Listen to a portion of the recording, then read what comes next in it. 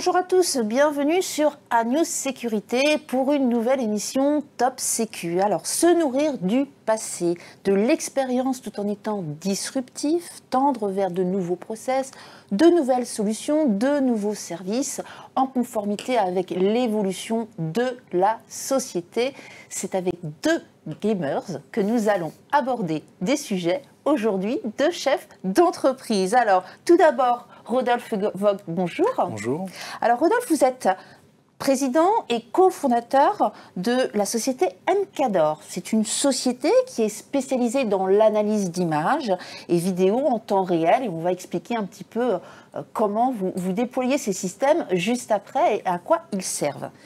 Laurent Almansa, bonjour. Bonjour. Et Laurent, vous êtes PDG du groupe GPS Sécurité, donc qui assiste et conseille les organisateurs d'événements dans la sécurisation de leurs opérations. Et puis, on verra également que cette entreprise a beaucoup évolué au fur et à mesure des années.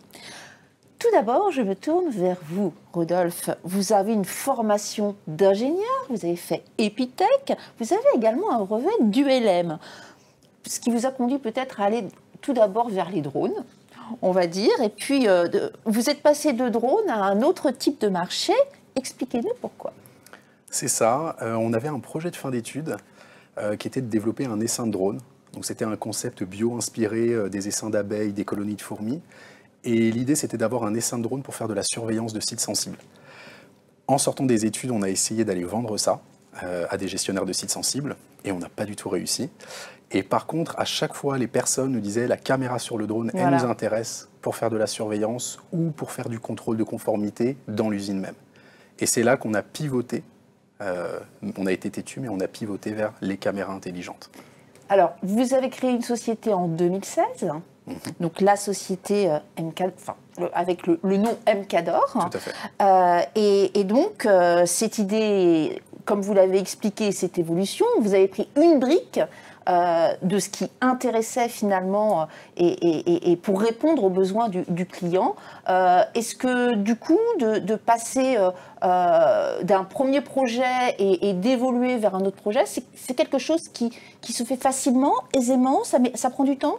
Ça prend du temps d'accepter que l'idée qu'on a, c'est pas ce que le marché attend. Ouais. Et on a été têtu jusqu'à accepter l'idée que c'était ce que le marché nous demandait. C'était ces caméras intelligentes et c'est là où il y avait la valeur. Et une fois qu'on l'accepte, en fait, on se rend compte que c'est ça qui marche et c'est ça qui donne la croissance. Répondre aux besoins du client, finalement, bien écouter son attente et ça vous a permis effectivement de bien vous développer et vous allez nous expliquer juste après effectivement cette évolution et où vous en êtes aujourd'hui. Laurent, alors vous, GPS Sécurité, c'était pas du tout votre domaine au départ, la sécurité, puisque vous avez suivi des études dans la finance. Exactement. Et d'ailleurs, vous avez obtenu un master audit financier et vous avez commencé dans ce domaine. Exactement. Qu'est-ce qui vous a fait basculer ? Eh ben, le poids de l'héritage. Puisque, effectivement, donc, GPS a été créé en 1981, à plus de 42 ans aujourd'hui, par mon papa et deux de ses associés, anciens collègues chez KV-Canem.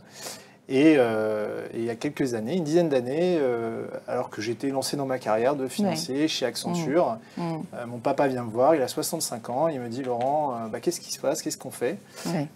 Est-ce que tu veux rejoindre cette magnifique aventure qui est l'entrepreneuriat avec moi dans cette succession fantastique pour faire perdurer ces savoir-faire qui sont uniques chez GPS et pour lesquels je me bats aujourd'hui en tant que président.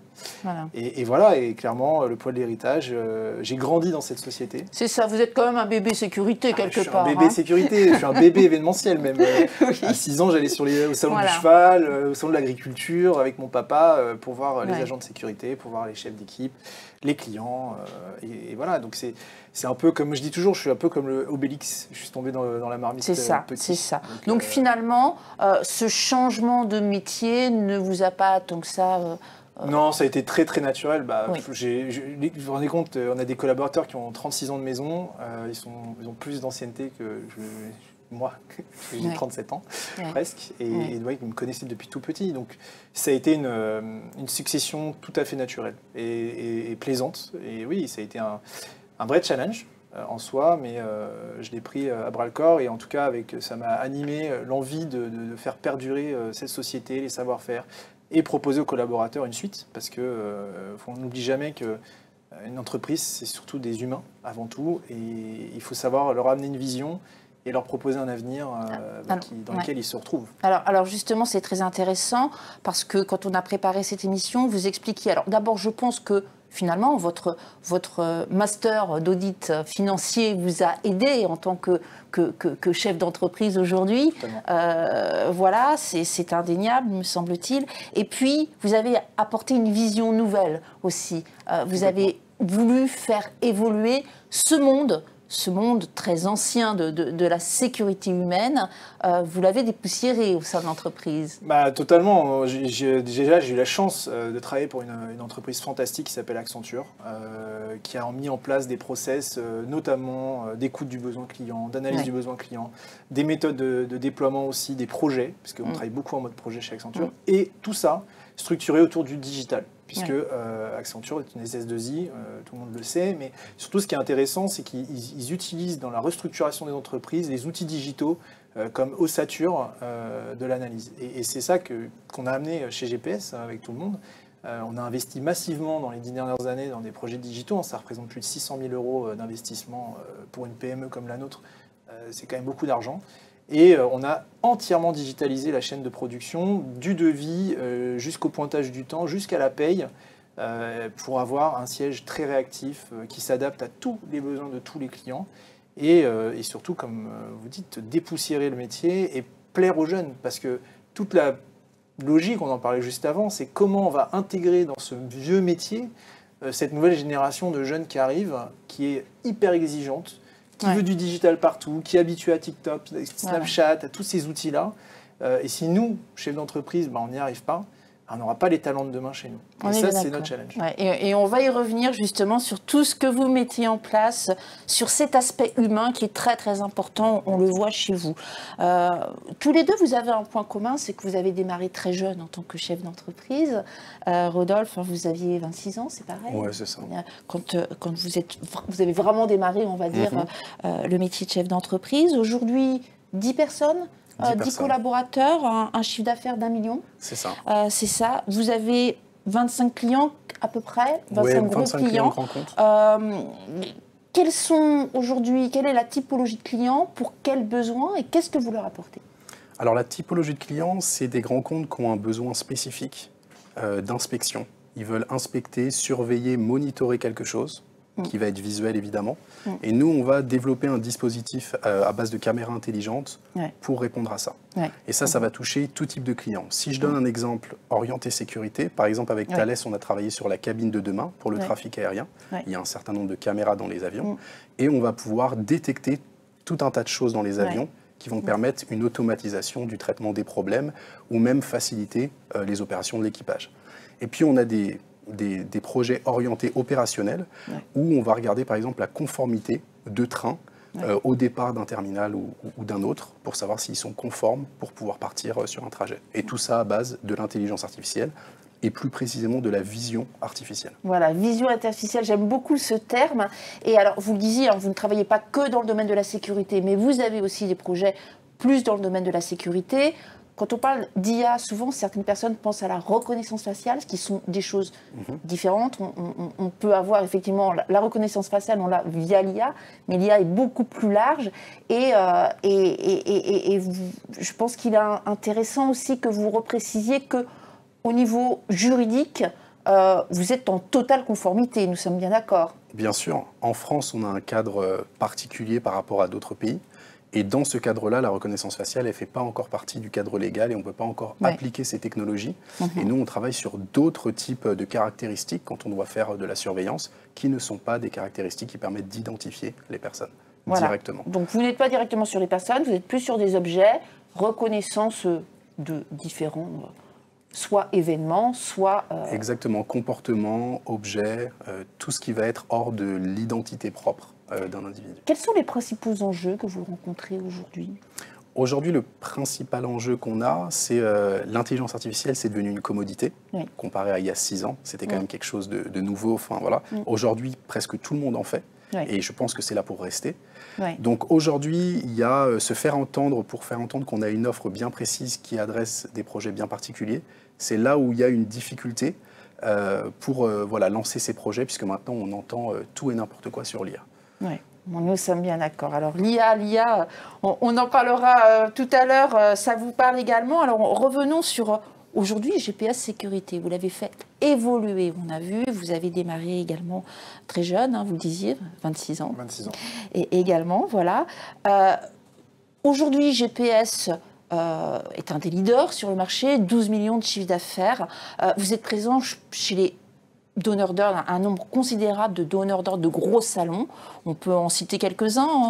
Les plus connus, Salon de l'agriculture, la Foire de Paris, le Mondial de l'Auto, Eurosatory, Millipol, le Salon de l'aéronautique. Voilà. Pour plus la sécurité, APS, que vous quittez la semaine dernière. Tout à fait, voilà. Et donc des noms qui parlent à beaucoup, effectivement. Quelle est votre grande force aujourd'hui ? Notre grande force, c'est tout ce qu'on a dit avant, c'est l'organisation qu'on a mis en place, cette logistique implacable qui nous permet en réalité de mettre en place une méthode de déploiement des projets. Il faut bien comprendre qu'on ouvre à peu près 150 événements par an, des gros événements, pas des petits événements. C'est l'équivalent de 3 par semaine. 3 par semaine. C'est comme si on ouvrait, pour parler un peu au directeur de sûreté du tertiaire, 3 sites par semaine. 3 sites par semaine, oui. Sans reprise de personnel. Ouais. Et sans sous-traitance. Ouais. Et on équipe, puisqu'on a un dépôt, on a plus de 1000 costumes, on équipe chacun de nos agents avec un pactage qui vaut à peu près 700 € et de tenues diverses et variées. Même ceux qui viennent pour ceux qui viennent pour 3 jours. On est une des seules sociétés de France à le faire, parce que on veut maîtriser la chaîne jusqu'au bout pour qu'il y ait cette homogénéité, cette uniformité dans nos équipes. Et donc, c'est vraiment cette méthode de déploiement qui part de l'analyse du besoin. On a des responsables des opérations au siège qui ont des outils très très perfectionnés pour faire ça. Donc on analyse ce besoin, on analyse le cahier des charges et ensuite on déploie dans des rétro-plannings précis. C'est vraiment, j'utilise des termes très accentués, je suis désolé, mais on a vraiment cette volonté de rétro-planning, de se dire, voilà, on veut aller là, ce sont ça nos objectifs et on a les moyens d'y arriver. Voilà. Vous parlez de 1500 tenues, c'est ça que... J'ai 10 000, aujourd'hui, plus de 10 000 articles en stock dans notre dépôt. Ce qui est énorme, effectivement. Alors, autre particularité ou ce qui fait votre spécificité, c'est cette pouponnière pour l'alternance. Exactement. Expliquez-nous. Alors je suis jeune, merci de m'avoir rappelé. J'ai une appétence, une très grande appétence pour la jeunesse dans mes équipes et aussi pour l'avenir de ce métier, parce que je crois dans le métier de la sécurité privée en France et il a besoin, comme on a dit, d'être dépoussiéré et d'y attirer les nouveaux talents et ceux qui feront ce métier de demain. Et on s'est mis à bras le corps dans l'alternance, notamment avec plusieurs établissements de BTS MOS, Management Opérationnel de la Sécurité, pour intégrer dans nos effectifs à tous les échelons, sur le terrain, dans l'encadrement, au siège, dans tous les services, dans toutes les fonctions support, les jeunes qui feront nos talents de demain et nos cadres de demain. Donc, lorsqu'ils sortent du BTS MOS, ils sont directement en middle management? Alors, pour ceux on a à peu près un taux de transformation de 15%. Donc, ils rentrent dans ce middle management qui est aussi une spécificité de GPS. On a aujourd'hui plus de 40 agents de maîtrise événementiels. Donc, ce sont des gens qui sont sur le bench, qui attendent, disponibles, comme des consultants Accenture. Et en CDI. Et en CDI, et à qui on doit donner du chargeable. Donc, on gère vraiment cette équipe comme ça. Et on vient la consolider avec ces nouvelles équipes de jeunes qui sont issus d'une très très bonne formation, vraiment, parce qu'elle est complète. Et ils ont des qualités qui manquent grandement à notre métier, comme la capacité à bien rédiger des mains courantes, comme la capacité à comprendre le cahier des charges et à l'animer opérationnellement. Et donc voilà, c'est ces jeunes qui vont intégrer, mais par exemple aujourd'hui la plupart de mes cadres ont 27 ans et sont issus d'un parcours d'alternance et ils ont 6 ans d'ancienneté dans l'entreprise. Donc voilà, on a structuré depuis 6 ans. Vous leur donnez leur chance et ils évoluent au sein de l'entreprise. Et donc et ce sont des bonnes ressources, pourquoi ? Parce qu'ils sont engagés. Et l'engagement est une valeur, la valeur numéro 1 chez GPS, parce que pour réussir des projets événementiels et pour avoir la satisfaction client d'année en année, on doit être engagé. Et ce qui est génial avec ces jeunes, c'est que quand on leur a donné leur chance très tôt, et qu'on les responsabilise très vite aussi, eh ben, ils sont engagés pour l'entreprise. Et ça, Voilà. c'est très, très difficile à obtenir en France de manière globale, et alors encore plus dans la sécurité.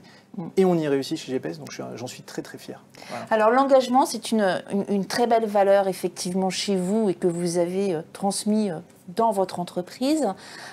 Vous êtes également très fédérateur. Et fédérateur, ça me fait penser à un groupement que vous avez créé avec des confrères, on va dire. Exactement. Bah, on a un petit sujet qui arrive en 2024 qui va nous concerner, qui s'appelle les Jeux Olympiques. Et bien sûr, en tant qu'acteur de l'événementiel, on va être partie prenante. Forcément impliqué. C'est notre métier. On a, en tant que citoyen français, un peu obligé, pas obligé, mais on se dit on a des savoir-faire, il faut les mettre au service de notre pays. Mais on va faire ça en bonne intelligence. Alors, il y a deux choses qui ont animé cette fédération, ce groupement. La première, c'est que cette année, j'ai été élu au conseil d'administration de l'UNIMEF, qui est donc la filière des industries de l'événementiel. Et je représente l'ensemble des prestataires de ressources humaines à ce titre dans le conseil d'administration. Et donc j'ai à ma charge certains confrères qui travaillent dans l'événementiel et avec qui on partage des projets qu'on veut faire avancer dans la fédération. Et les mêmes valeurs alors, parce que ce n'est pas évident de Et les mêmes valeurs, donc on se parle de grands projets pour notre filière, effectivement, on a des valeurs communes.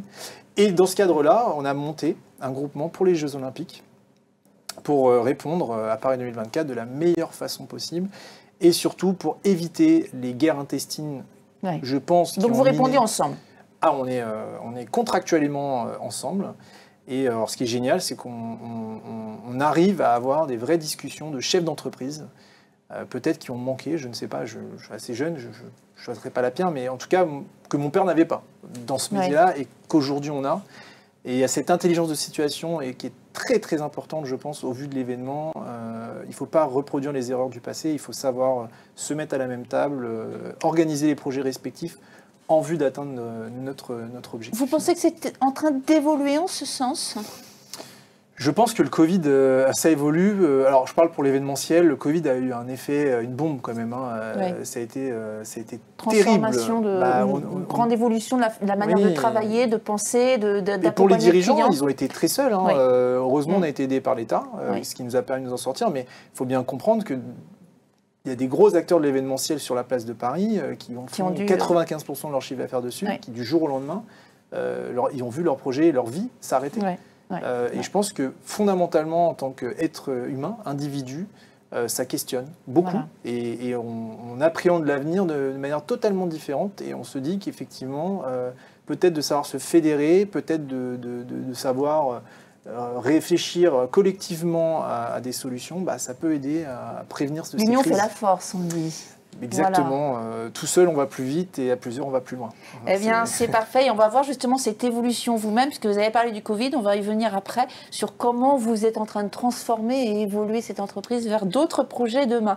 Avant ceci, Rodolphe, aujourd'hui, on l'a vu. Alors, vous me parliez de 500 caméras qui sont déployées aujourd'hui avec 500 caméras déployées. Tout à fait. Voilà. Comment vous voyez demain, vous ? Alors, l'idée pour nous, c'est qu'on se rend bien compte que l'automatisation, et on en parlait avec le Covid, il y a un besoin qui s'est créé de dire qu'il y a plein de tâches à faible valeur ajoutée qu'il est nécessaire d'automatiser. Et on ne sait pas quand la prochaine crise viendra, mais il faut préparer. Et donc les entreprises sont très demandeuses de ce type de solution d'automatisation. Et nous, on pense que justement, on va pouvoir déployer beaucoup plus de caméras pour faire toutes ces tâches-là. Et en fait, assurer d'avoir des opérateurs virtuels, des œils déportés, qui vont permettre de couvrir toutes ces tâches-là et laisser l'humain dans l'entreprise sur les tâches où il y a vraiment besoin de l'humain. Il y aura toujours besoin de lui, mais il y a pas mal de tâches qui sont automatisables. Alors, dans vos objectifs, je crois que c'est de dépasser la barre des 1000 à court terme. C'est ça, d'ici 6 à 12 mois, on veut doubler le nombre de caméras déployées. Donc à travers nos clients qui ont déjà nos solutions, une fois qu'on déploie des caméras dans un entrepôt ou sur un site, en général, on touche les sites voisins. Et l'idée, c'est ça, c'est de faire grandir ce catalogue de solutions qu'on a pour que les clients puissent venir chercher la solution qui leur correspond sur mesure dans un catalogue. Donc une grosse croissance du chiffre d'affaires aussi, sûrement. multiplié au moins par 2, je présume, voire 2,5. Ça serait bien. Voilà. Des recrutements à venir? Tout à fait. Donc nous, on recrute beaucoup sur la partie intelligence artificielle. Donc la majeure partie de toute façon des équipes est sur ce domaine-là, donc que ce soit ingénieur ou doctorant. Et c'est là-dessus qu'on recrute principalement. C'est facile de trouver aujourd'hui? Alors non, c'est pas facile de trouver, surtout que maintenant tout le monde veut en faire et tout le monde veut mettre de l'IA partout. Comme je le disais, c'était là le problème auquel on est confronté, c'est que maintenant il y a une guerre des talents là-dessus et à tous les niveaux, que ce soit les GAFAM qui proposent des offres très alléchantes hors de France ou même en France. Donc vraiment, il y a un enjeu, une bagarre pour les talents que je pense toutes les entreprises connaissent, mais sur l'intelligence artificielle aujourd'hui encore plus. Pour vous, MKDOR, quelle est sa place sur le marché demain, sur ce marché de l'IA? Alors sur le marché de l'IA, nous on veut que ça soit une commodité d'utiliser des produits d'IA, que ça soit plus une prouesse technologique, mais que ça soit vraiment une solution comme une autre qu'on peut utiliser. Et nous en interne, on s'occupe de la complexité technique et de l'ingénierie derrière. Donc nous, notre place, c'est vraiment d'essayer de démocratiser complètement ces technologies d'automatisation.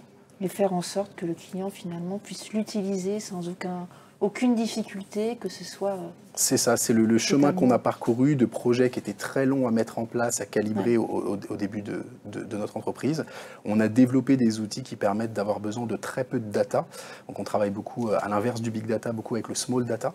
Comment est-ce qu'on configure nos systèmes dans un temps très court, avec très peu de données, pour faciliter en fait l'adoption des technologies par le client. Puisqu'il y a un vrai enjeu humain, c'est d'adopter ces technologies, quand bien même elles marchent. Que ce soit très ludique, que ça soit ludique. Voilà. Laurent, 3 axes forts, je crois, pour les années à venir. Vous les avez expliqués un petit peu lors de la préparation de l'émission. Vous allez vous orienter aussi vers d'autres secteurs d'activité et puis vous allez nous parler justement de cet aspect technologie et formation, je crois. L'avenir est en face de nous. Rodolphe en est l'exemple et on est très complémentaires. Ils vont produire, beaucoup d'industriels, beaucoup d'entreprises vont produire les technologies de demain. Et nous, on doit produire les talents qui vont les animer. Et c'est ça la difficulté. Et c'est pour ça qu'on est très complémentaires à cette table. On n'est pas du tout à l'opposé. On va travailler de main dans la main demain. Donc oui, bien sûr, adresser un nouveau panel client auquel on ne parle pas du tout aujourd'hui, tout le secteur tertiaire qui, à mon avis, recherche l'engagement qu'on peut produire dans l'événementiel et peut-être des équipes renouvelées et une vision renouvelée de ce métier. Donc ça, c'est clair qu'on a envie d'aller sur ce secteur-là, mais on ne va pas y aller juste pour... et on veut pas rentrer dans la discussion du taux horaire, des choses comme ça, on va y aller avec l'axe de la technologie et avec l'axe de la formation. Et on y est. On est déjà en train de mettre en place des technologies avec de l'IA. On a des portiques de détection très modernes aujourd'hui. Voilà. On travaille avec un fabricant qui s'appelle Evolve, qui est américain et qui a intégré de l'IA dans du portique de sécurité de détection de masse métallique. Et ben oui, il faut des agents formés. Ouais. Et donc, il faut des jeunes qui ont envie, on parlait du côté ludique, d'avoir des outils de travail différents, d'avoir une approche différente de la sécurité. Et donc, c'est ça. Et donc, toute notre envie aujourd'hui, c'est de référencer, d'ailleurs, on a pris le contact de Rodolphe, c'est de référencer tous ces faiseurs de technologie et de leur dire, on a les talents et on va avoir les donneurs d'ordre demain qui peuvent être à l'écoute de ces marchés. Donc, on va vraiment arriver sur cet axe-là en disant, on a ces technologies, où on va les référencer. On a surtout les humains pour les animer, qui ont les compétences grâce à cette pouponnière et grâce à ces jeunes qui arrivent avec une tête bien faite, avec de la matière grise, tout ce qu'on recherche dans nos métiers. Donc ces talents vont être là.